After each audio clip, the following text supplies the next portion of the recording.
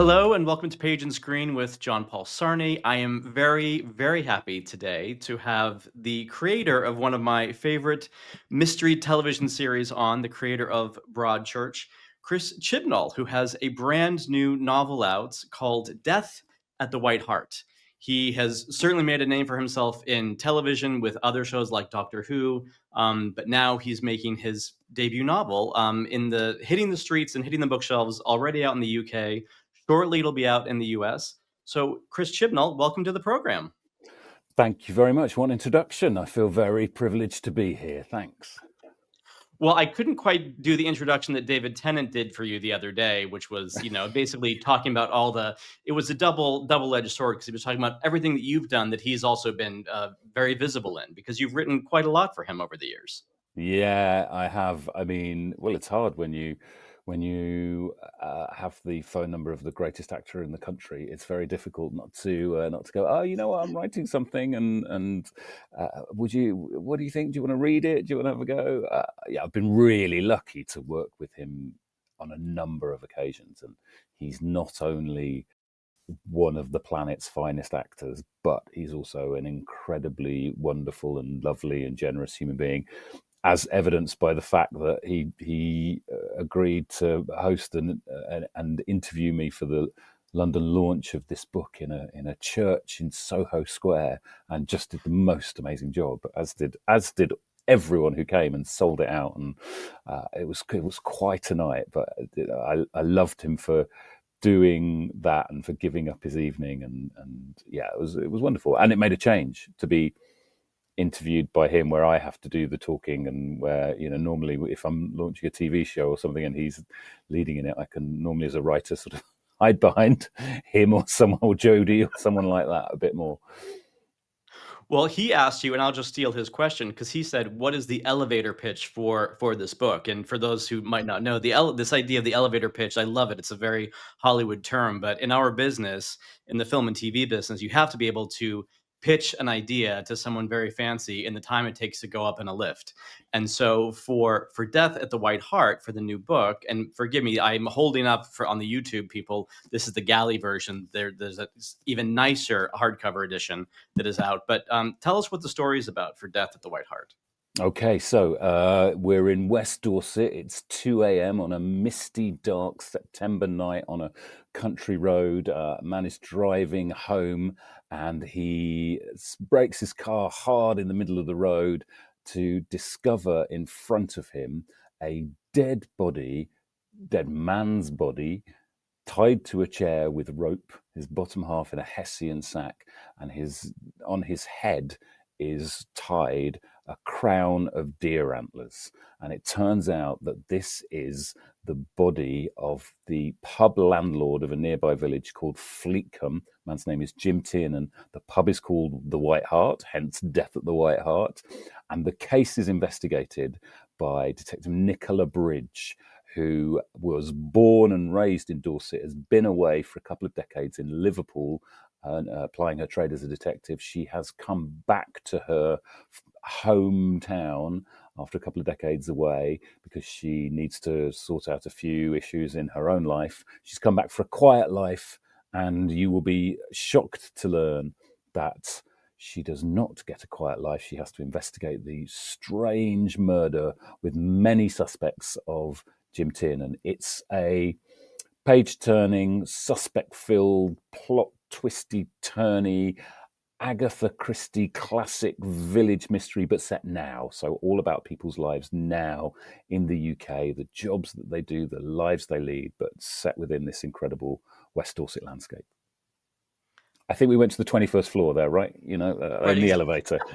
It's a tall building. It's the building from Die Hard. It's fine. Yeah. Oh no.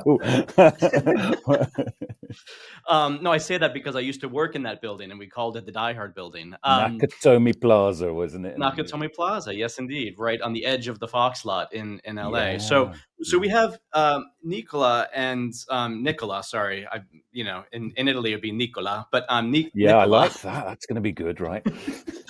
You could do the Italian audiobook. Yes, absolutely. So and then she also has an ingenue. So when you were crafting and creating these characters. And my hope, and I think I even emailed this to your publicist at some point. I said, "Oh, well, it feels like where you're setting up the world with these characters and sort of the precinct, as it were, and a unusual police station building, all of these things, so that hopefully there's going to be further stories here." How is the world building different when you do it in a novel versus doing it for television? That's a really interesting question. I think it's relatively similar in terms of the structural world building and the ideas and how you do it. Then how you express them and what you express where, and obviously the points of view and the perspectives that you're telling the story from is different. But I wanted to create a world that can return for a number of books. I'm currently writing book 2. It's a 2-book deal in the UK and the US. So you'll see Nicola Bridge come back in book 2 with her detective partner Harry Ward, or Westlife as he's called in the novel by his mates at the station, because he's got boy band good looks. And that was always part of the original conception, and hopefully the world is interesting enough, and the characters within the novel, those two, but also there's a supporting team around them, and the insights that we gain into their lives and the things that they're having to deal with. Hopefully there's enough interest, mileage, emotions, conflicts in those that it will feel like, oh yeah, I want to know more about these people. I want you to end the book having been bamboozled but satisfied by the murder mystery, and feeling like, I love Nicola, I love Harry, and I want to see more of them. And tell me a little bit about this, because I find that I spend a lot of time in England, and it feels like there's a very particular kind of world building like this that is specific to quaint English villages that are adorable, that we want to live in, that are very cozy, but also there's a lot of murder. I remember being at going into Waterstones or Foyles last Christmas, and the number of books that were about murder but also had Christmas in the title are pretty remarkable in England. Is it a specifically British sort of trope? I don't know. You don't have that in America. It's more gritty, urban policiers in the Yeah, US, I I mean, we think, just have right? the American news, which is enough, and then you go Sure, from there. sure. Yeah. Well, I think that's probably why you get a lot of what they call over here the cozy crime at the moment. Because it's like it's an escape from the news, but it's still dramatic. I think. I mean, it goes back to Agatha Christie, really, doesn't it? I feel like the Miss Marple village setting that she just perfected feels things that feel very familiar, very beautiful, but then sort of dark events can happen within it, and the dissonance between the pretty village pub or shop or rectory or whatever, or the stately home, against a really shocking act. And I suppose it's the settings, a horrific event in the place it's least likely to occur. It gives you that tension and thrill as a reader. And I think we definitely do have a taste for that. I do think it goes back to Agatha Christie, because she just set the template and set the bar and did it better and with greater appeal than anyone else. So I think, but also on a very basic level, a village is a small community. It's kind of sealed in a way, in terms of people. Lots of people live there. They can't get out quickly. If you're going to put their lives under the microscope, they can't get away. Everybody knows everybody else's business. In this, I'm very deliberate. In Death at the White Hart, I'm very deliberately using the village pub as the crucible for that, in order to explore where everybody in the village goes. And they go and they drink and they laugh and they cry and they talk about their secrets and they hear gossip from other people. So it's a fantastic setting within which to place a murder mystery. And the other thing that's happening here in the UK now is the disappearance of the pubs. Pubs are closing and disappearing from villages, from towns, from cities at an incredibly swift rate. So there's something about the institution of the pub within a small village that is under threat right now. And that theme goes through the book of our ways of life and traditions and institutions are being quietly disrupted and threatened without us quite noticing, on an hour by hour and day by day level. Yeah, I mean, I think that it is interesting to look at that. I mean, I think so many parts of Europe and also, here in Italy, there are places that are losing their population and losing their, their corner, whatever it might be. And so I think it's really important to try to hold on to them. I mean, certainly in the center of London, if it's a sunny day, the pubs get lively at, 1 o'clock in the afternoon. But in the Yeah, smaller villages, that's true. Yeah, yeah, you can't get into the Devonshire for love nor money to get there. One of apparently the best pints of Guinness in London. So that's true. But right. but yeah, but often there's a big change in what pubs are for. The sense of drinking culture here is changing.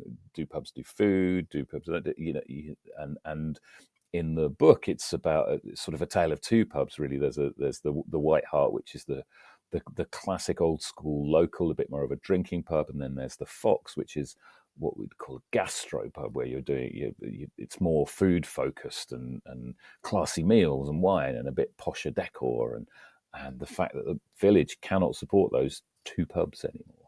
So it's a great way to investigate all of that, but in a really in a way that I hope a lot of readers will go, I know a village like that, or I know a community like that, or I know a pub like that.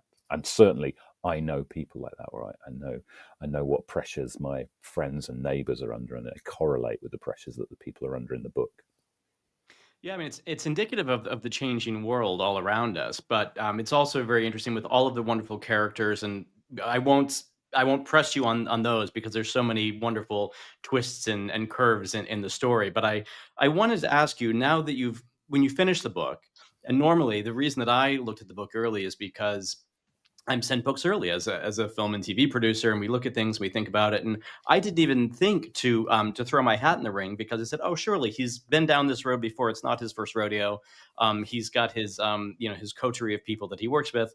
But you actually had a bit of a gaggle of people that were sort of chasing you down for this. What was this process like over the book, and how do you, having done it before, having been on the TV side of things as the author, how do you sort of turn around and assess that from a different angle? Yeah, it was really interesting you say that. It was definitely, I was on the other side of the table in all the conversations. So I was normally as a producer or as a writer, if you want to adapt something, or if you want to work with people, you got to go out there and pitch yourself and do all of that kind of stuff. And yeah, it was the other way around. It happened. I mean, the big thing I wanted to do was just focus on the novel, write the novel, see whether I could do it, see whether it might get published, see whether people might want to read it. And that was the creative challenge and editorial challenge I set myself. And when I was writing it, it was very much not with a view to television. There were lots of things I was doing within the novel where the producer head in me would have gone, don't do that, it's going to be very expensive, that's going to be logistically impossible, don't put a 9-year-old girl at the center of the story, and certainly not having any scenes at night. And so there's lots of that No kind of stuff. animals. No animals, all of that stuff. Don't set it anywhere rural where it's going to be impossible to film, all of that kind of stuff. But when it came to it, I finished the novel, and also I just wanted to be in the process of writing a novel without thinking about television, just really enjoy that, and I really did. And then when I had finished it, it was probably about 2 weeks after I'd submitted the final version, and I suddenly started getting texts from acquaintances, colleagues, friends in the TV industry, and emails going, "Oh, I've just read your book." And I'm like, "What? How have you? How have you got hold of that?" And it was because the book was being presented for foreign rights, so overseas rights around the world, and people were picking those up. And the book scouts have got hold of it, and a lot of the TV companies, as you know, and film companies have the same book scouts. So they were being handed this sort of under the counter book and going, nothing's happened with this yet. It's nobody even knows about it. And so we had a lot of interest. So we decided to, I mean, we waited a while and then talked to a lot of people, lots of different production companies, lots of different buyers, streamers, broadcasters, and just to figure out whether we should do it as a TV series, what that TV series would look like. Is it a film? Is it a TV show? And where would it best sit? Who would be great partners? And so, yeah, I had lots of producers, production companies coming into our offices at my company, Imaginary Friends, and we would listen to that and ask them questions. So it was the whole thing with doing a novel, doing a debut novel now, has been being in a very different process in a different industry, not knowing about a lot of the things that are going to happen, in terms of, oh, what's the next stage of the process in publishing a book? How does it work? And then it was the same in terms of all the TV discussions, being on the other side and deciding what we were going to do, and finding people who responded to the book and had a sense of what it might be. And also, you're always choosing people you feel like you would like to work with and spend time with, because, as you know, basically making television is a lot of running down corridors quickly, standing in elevators, and being in meeting rooms and talking about. You spend a lot of time of your life with the people you choose to work with. So it was that was also part of the process. Yeah, when I tell people that don't work in our industry, I tell them that you have to find collaborators that you want to spend the next 3 or 4 or 5 years of your life with, number one, and also people that you don't mind seeing on the dark and cold set out on the street at 5 o'clock in the morning before you had any coffee. So those are 100%. Yeah, those are the those are people that you things. need. Yeah, and somebody who at that point, when they're told, that truck hasn't turned up and the lights have gone down, the generators down, they're like, great, this is an amazing challenge. Right, So yeah, exactly. yeah, yeah. Well, so since Broadchurch, how do you feel like the television landscape has changed? I mean, there's been so much conversation about the world, like the streamers arrived and there was huge business, and then things started to contract, and the last couple of years we've seen so much basically just contraction in the marketplace of companies Mm. buying up, gobbling up other little companies. Do you think, from your perspective as a creator, do you think it represents new challenges or more opportunities, maybe? I mean, both. I think it's really difficult, and there are some that are very specific to the UK market. It definitely the influx of the streamers and what they are making is a really exciting opportunity. And there's some great shows coming out of the streamers. My most recent show I've made for Netflix, and when I look at stuff like Severance and Adolescence and Silo and all kinds of things, The Rig on Amazon. You go, those are shows that wouldn't necessarily have been otherwise made. I think that's amazing and great. In the UK, what it's done is it has now squeezed budgets. Rates have gone up, budgets are falling, and what has been squeezed out is there are far less domestic British stories that are not that don't necessarily have global appeal being commissioned. And so the local stories, the stories we tell ourselves about ourselves, are not being commissioned at the same level that they were 10, 15, 20, 30, 40 years ago. And that's a real worry, because the stories we tell ourselves about ourselves condition who we are, and create debate, create discussion. And if you're going for stories that have to appeal to the whole world, that's an incredible thing, and is a wonderful thing for stories to achieve, but not at the expense of the other stories that are specific, that are authentic, that don't need huge budgets, that really speak to people's lives. And it's much, much harder to get those away now, to get a relationship drama away, to get a romantic comedy away, to get Right. to get things that are non-genre. And that is a real problem. And I think so so you have the opportunity of the streamers, but you have the challenge of, what does the rest of the picture look like, and what will it continue to look like? And part of the responsibility on us as producers and production companies and showrunners and writers is we have to make sure that we are still making shows that are affordable for networks like BBC and ITV, and that we can create shows that function to those budgets and that speak to the audience here. And that's where Broadchurch came from. It came from, it's a very local, specific story. It's in a timeless genre, if you like, but it's about people's lives in a very specific part of England at a very specific time in the world. And that then was taken up and grabbed by the rest of the world. So it became a word of mouth hit, across the world, thanks to all those distribution deals, including Netflix in the US. So, but I worry that, and I think everybody in the UK industry at the moment is worried about how are we going to keep telling our stories.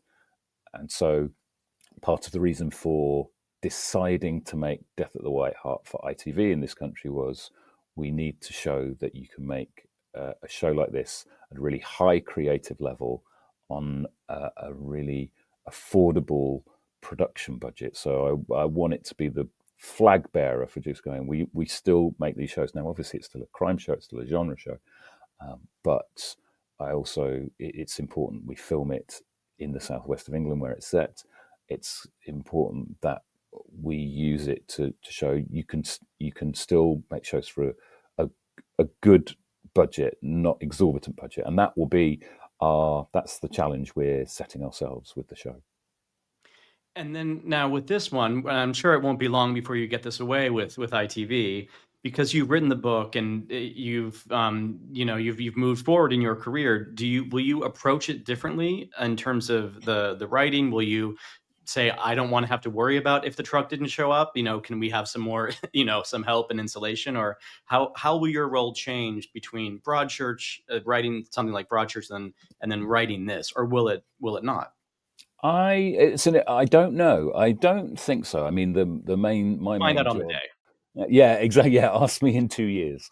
I will be adapting it myself, which was a surprise to me because I thought when I was writing the novel I was done with it, and then it just sort of wouldn't leave my head. So while I'm writing book 2, I'm also thinking about how we adapt book 1. I think the advantage I have is a healthy disrespect for the author. So if I need to change things as a screenwriter, then I can check permission and move on with that. It'll be really interesting. I guess it's going to be like having a really long outline and working from that document. And then with any adaptation, you have to tease out the top notes, the things you want to focus on, the characters you want to focus on, the themes, which might be slightly different to how they're done in the novel. It's a different form. So I'm interested to go through that process. Well, I'm excited. I'm excited, and not just for the series, but also for the second book, because, like I said, at the end of it, I really just love these characters and want to spend more time with them, and that's what good television and great books are. We're trying to invite the same people into our homes, over and over and over again, and these are the characters that we want to spend time with.